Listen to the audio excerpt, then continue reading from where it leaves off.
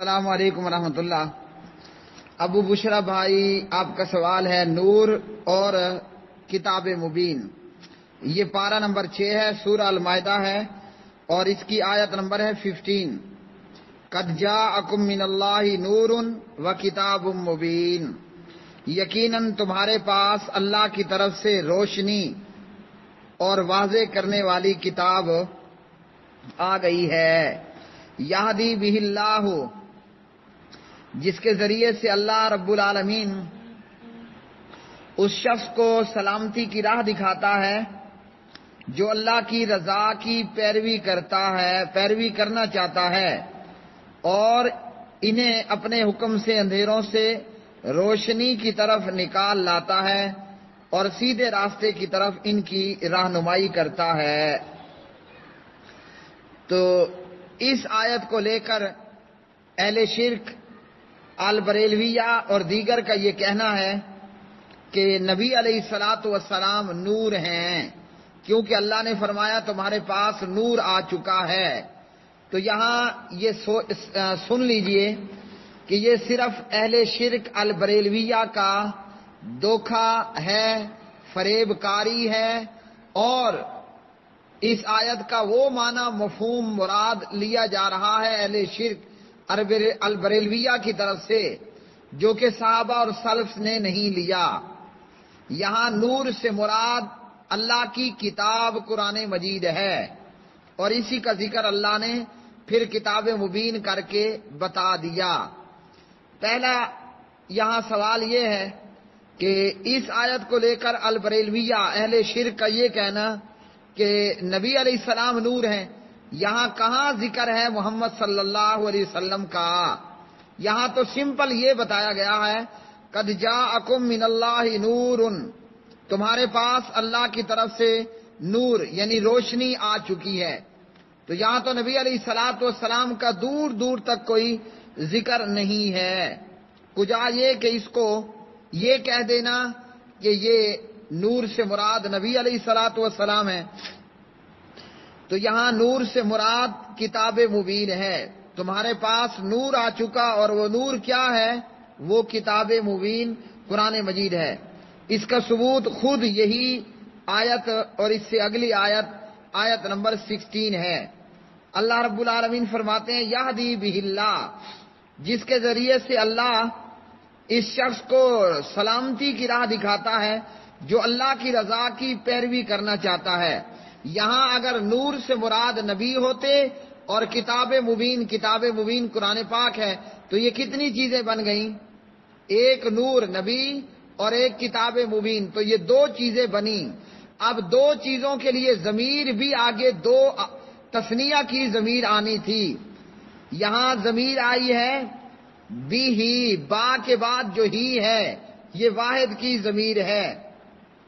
با کو نکال دیجئے، بہلا میں جو ہا ضمیر ہے یہ واحد کی ضمیر ہے۔ اگر یہاں نور سے مراد نبی ہوتا اور کتاب مبین علیحدہ سے قرآن مجید ہوتا تو پھر یہاں ضمیر آنی چاہیے تھی واحد کی بجائے تثنیہ کی۔ یہاں ضمیر آئی ہے واحد کی، بہی میں ہا ضمیر ہے واحد کی۔ اگر نور نبی اور کتاب مبین قرآن مجید تو یہ 2 چیزیں بنی، ضمیر آنی چاہیے تھی تثنیہ کی۔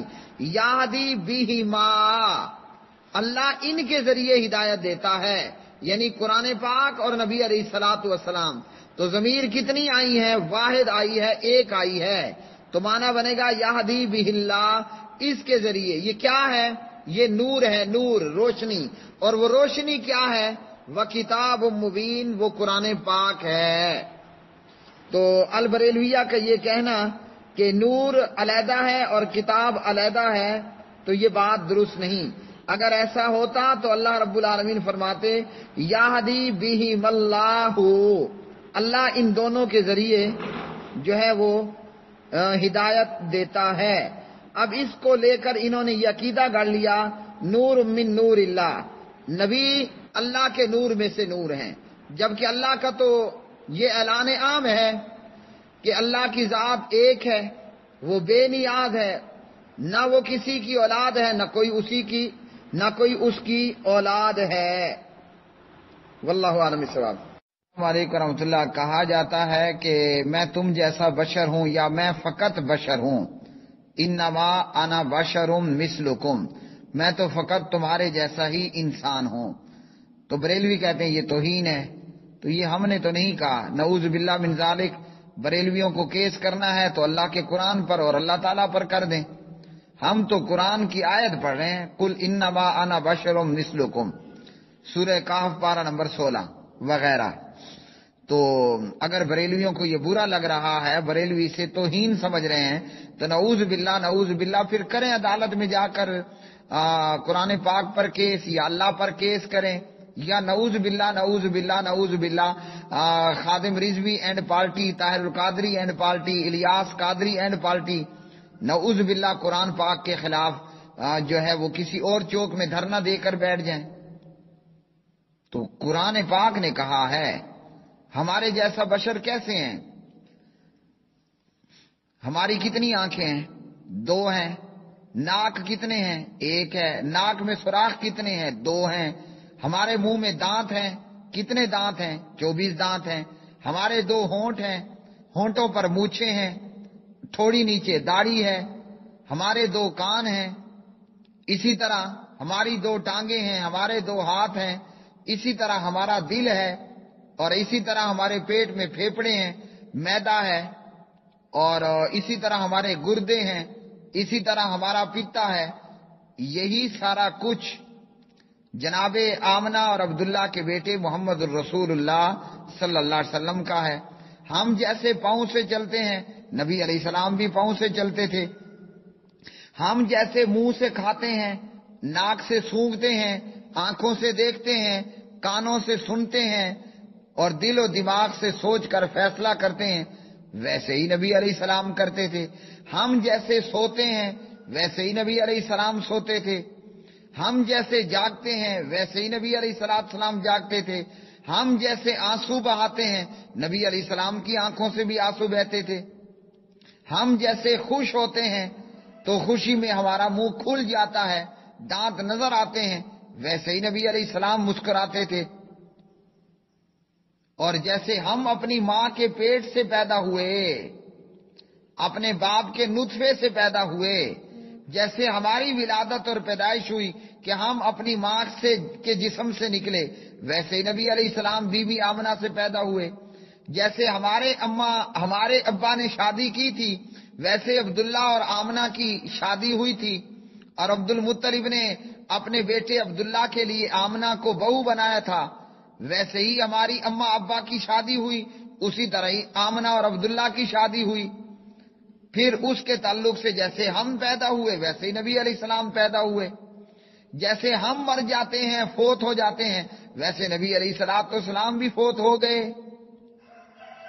تو انما انا بشر مثلکم، اب نبی علیہ السلام چونکہ اللہ کے پیغمبر تھے، وہ رسول تھے، ان پر وحی نازل ہوتی تھی، اور ہمارے جیسے انسان ہو کر وہ اللہ کی ساری مخلوق میں افضل اور اولا اور اعلیٰ ہیں۔ تو اسی طرح نبی علیہ السلام کو ان کی نبوت اور رسالت کی وجہ سے، ان پر وحی کی جانے کی وجہ سے اللہ نے ان کو معجزات بھی عطا فرمائے تھے۔ ہم صرف آگے سے دیکھتے ہیں، نبی علیہ السلام نماز میں پیچھے سے بھی دیکھا کرتے تھے۔ ہم جب سو جائیں ہمارا وضو ٹوٹ جاتا ہے، نبی جب سوتا تھا اس کا دل جاگتا تھا، اس کی آنکھیں سوتی تھیں۔ یہ کیوں ہوئے؟ کہ میرے اوپر وحی نازل ہوتی ہے، پیغمبر پر وحی نازل ہوتی تھی، وہ چونکہ نبی اور رسول تھے تو اللہ نے ان کو معجزات بھی عطا فرمائے تھے۔ اور اسی معجزات میں سے ہے کہ ہمارا پسینہ وہ بدبودار ہوتا ہے، اور پیغمبر کا پسینہ خوشبودار ہوتا ہے۔ باقی انما انا بشر مثلکم، اب اگر یہ توہین ہے، بریلوی اللہ کے خلاف، قرآن کے خلاف دھرنا دیں، مقدمے کریں عدالتوں میں جا کر۔ اس تعلق سے اہل حدیث یا اہل توحید کو برا بھلا کہنا، ہم کوئی اپنے باپ کی کہانی بیان نہیں کر رہے، ہم کسی کتاب کا جنتر اور منتر نہیں پڑھ رہے. ہم جو کہہ رہے ہیں وید اور بھگوت گیتا سے نہیں کہہ رہے. انما انا بشر مثلکم، ہم جو کہہ رہے ہیں وہ اللہ کا قرآن ہے. اور کوئی دنیا کا شخص جو ہم پڑھ رہے ہیں اس کا قرآن ہونے کے تعلق سے انکار نہیں کر سکتا. قل انما انا بشر مثلکم یوحی الی انما الہکم الہ واحد. ہم نے جو پڑھا، جو کہا، یہ کیا ہے؟ یہ اللہ کا قرآن ہے. تو زبان ہماری ہے، کلام تو اللہ کا ہے. زبان ہماری ہے، قرآن تو اللہ کی کتاب ہے، اللہ کی وحی ہے، اللہ کا کلام ہے.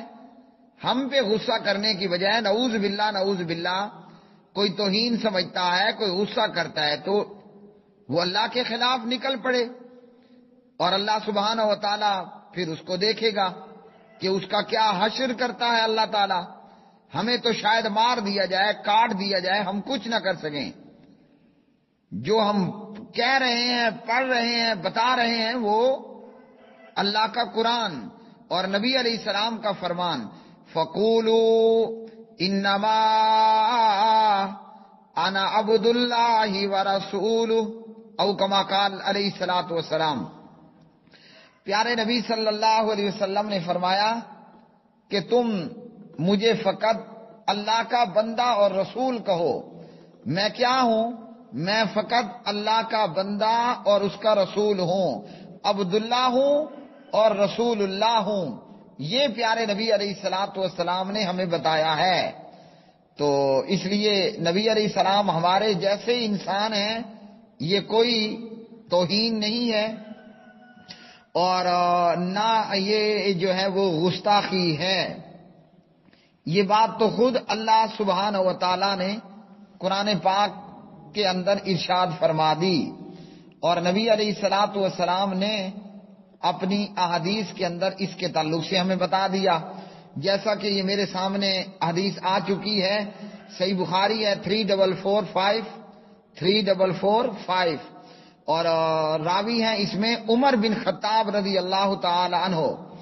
لا تطرونی کما اطرت النصارى ابن مریم، میری شان میں بڑھوتری اور غلو نہ کرنا جیسے عیسائیوں نے ابن مریم کی شان میں کیا.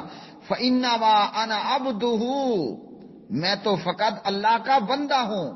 فقولوا عبد اللہ ورسولہ، تم مجھے عبداللہ کہو، رسول اللہ کہو. اب مقدمہ کرنا ہے تو صحیح بخاری کے خلاف کریں بریلوی. واللہ اعلم الصواب.